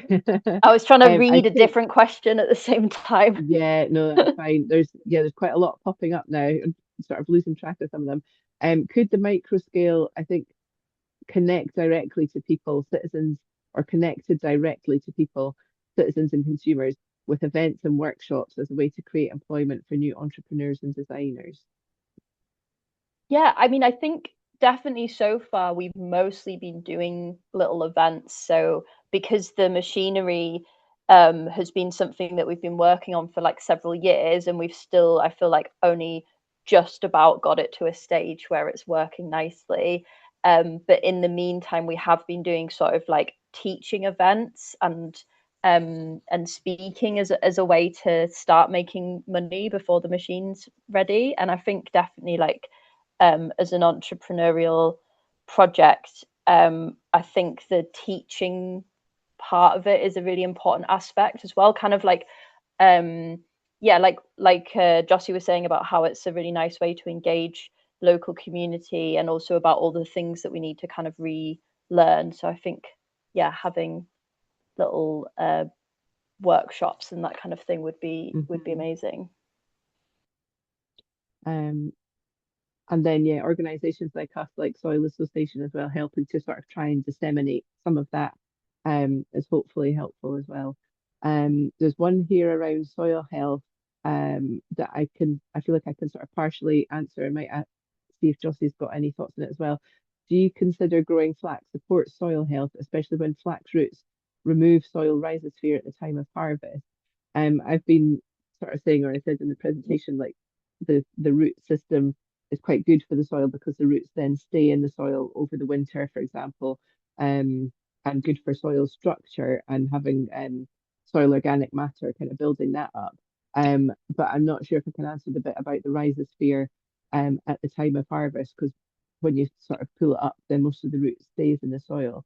Jossie, I don't know if you've got any thoughts on that question about flax roots and soil health and that relationship. I guess intuitively in regenerative systems and increasingly people are looking to reduce tillage and leave roots in the soil as much as possible. Yeah, when you're pulling the plants, like you do get quite a depth of root that comes with your sheath of the plant itself, that it still has the fiber within it. But as Colleen said, like all the kind of ancillary side root systems stay in.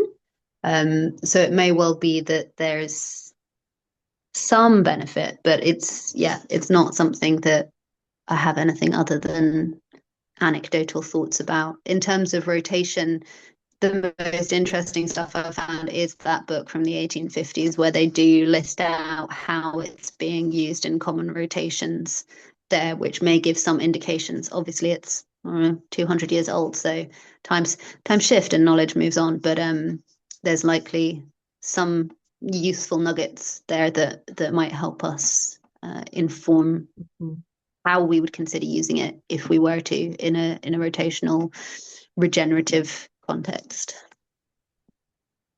I found when we were harvesting across different sites, I found that soil type had a relationship with how much root came out of the soil. So at some sites, and I don't know, I kind of felt at some places like the varieties were different in terms of when you're pulling it.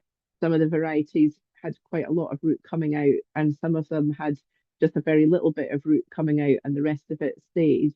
And the roots go quite deep if your soil is deep enough, anyway. So I think a lot of the root does still stay in the soil, but it was quite variable, harvesting across lots of different sites. That in some places only a little bit of the root came out, and some it was a bit more. And if the soil was wet and heavy, you got like a lot of clumpy soil came out with the roots, for example, in some of the plots. So it's a bit variable, but I think most of the root stays under the soil. But there was I can't find it now scrolling back, but there was a comment in the chat about in the Netherlands, farmers using it in rotation like flax as a break crop, and then they put potatoes after it and then get a better yield of potatoes after flax. So I think that, I think there's not a lot of research in the UK yet around soil health benefits, for example, of flax, but sort of looking at anecdotal stuff around rotations and that comment about the Netherlands getting a better potato crop after flax, I think would suggest that overall, generally, it's good. It's better than other crops where the whole root comes out, or where you've got things like, I don't know, like wheat that just has very short roots, whereas flax we know has very, very deep roots that spread out a lot.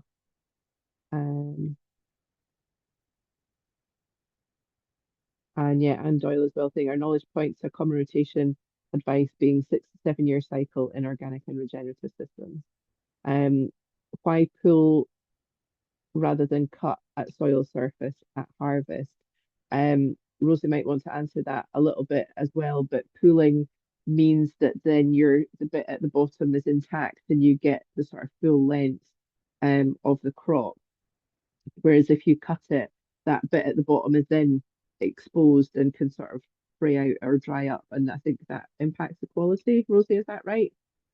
Yeah, there's a lot of different reasons why it's pulled rather than cut, and actually I think that's part of it, is that you're losing like a little bit of fiber each time if you cut it all.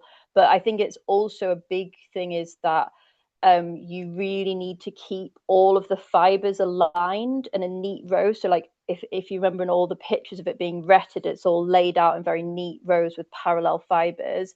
And that's because when you then come to doing the processing of it, especially if it's going to be machine processed at all, you need to have all of the fibers to be aligned in the same way round, like roots at one end, seeds at the other end, and so they can get neatly baled and fed into the machine. And we found that we did do a tiny experiment of like what happens if you use a scythe and just cut it, but it means all the or similarly with a combine harvester or something, they all end up falling in like every direction and getting in a huge tangle, and then it makes it a nightmare for like all the subsequent steps. So being able to grasp it and fully just pull it out of the ground and then do the next steps of processing is like a really, really useful part of it. Yeah, so I think there's a lot of, but I mean, some places do actually do that. So it's in Europe, it's very traditional. Everywhere pulls flax, nobody cuts it. But in my research on reading on it, I read there's different harvesting traditions in India, for example, they do cut it. So it's not like a definite rule. It's more of like a very, very strong tradition that has a bunch of benefits, if that makes sense. Just Rosie. I think what I'd heard that cutting it can potentially introduce bacteria or things you don't want in the retting process, which might damage the fiber, and that's why you pull it so that the end is sealed, not necessarily because you get more fiber. Yeah. Thanks, Zoe. And just realising the time, we're about to run out of time. If people need to drop off, that's totally fine. We'll do a few more questions, and we'll maybe go over a couple of minutes just to get through the last few questions. And I'm seeing a comment in the chat about the University of Minnesota are researching perennial flax for fibre and cutting versus pulling. So that'd be an interesting one to keep up with. I'm going to go back to one of the questions from earlier. For Jossie, can people visit Lauriston Farm? It looks like a wonderful place and such a success. Oh yeah, I did put a little note back on. Yeah, the farm is open anytime. You can walk across it, beautiful views across the Forth, and then if you want to come into the market gardens or the community allotments, that's aligned more with events. But there's a whole list of ways you can get involved if you want to come and volunteer on the site or come for events up on the website. So it's lauristonfarm.scot. Thanks, Jossie. You could always pop that in the chat as well. And I think in the follow-up email, we'll put the websites of each of the speakers in the follow-up email as well. There was a few questions around insulation and insulation panels for in-housing, and has flax been explored for that? And there's a few sort of answers and comments, but one organisation based in Scottish Borders, I think they're called Indie Nature, got in touch with us in the first year or second year about flax for insulation panels in roofs and things.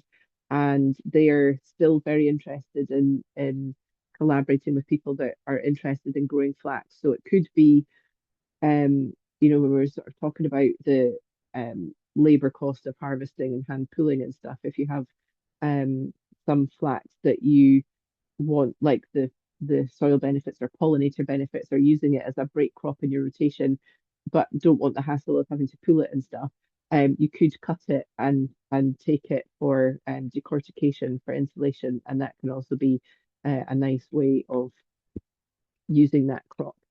And if any of the speakers want, if you're scrolling through the chat and the questions, feel free to answer any of them that I haven't got to yet. I'm just kind of scrolling back through to see what ones we've missed.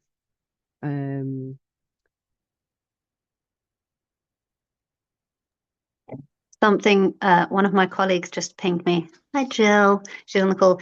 She said also to say to folks, you can come on bespoke tours at the farm.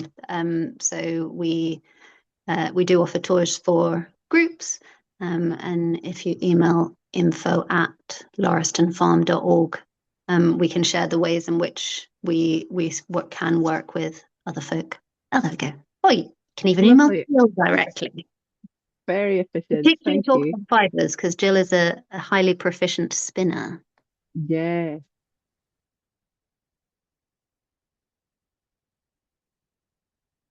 Blah, blah, blah, blah, blah. We've maybe got through most of the questions, and I'm just very conscious of time. So speakers, if there's any questions that you have spotted that we haven't looked at that you are particularly keen to answer, shout them out just now. And apart from that, I'm just going to thank everybody very much for your time. I know it's been quite a long session, but it's gone quite quickly for me anyway. We've covered so much material in the last couple of hours. Thank you everybody for the questions and your participation and your interest. We'll share everything afterwards in the follow-up email. But thanks in particular to our three speakers, Rosie, Zoe and Jossie, for sort of being part of the project and part of this webinar. I found it really interesting, and every time I have conversations with you guys, I always learn something. So it's been enjoyable for me to do. Thank you very much, everybody. And we'll just close it there, I think. And if there's any sort of burning things that we haven't answered, when we do the follow-up email, you can reply to that with any extra questions, and we can reply to stuff via email as well. So I think we'll do that, and we'll wrap up there. Thanks very much, everybody. Thanks, Colleen. Bye. Cheers, Rosie. Bye. Thanks, Jossie. Bye, Zoe.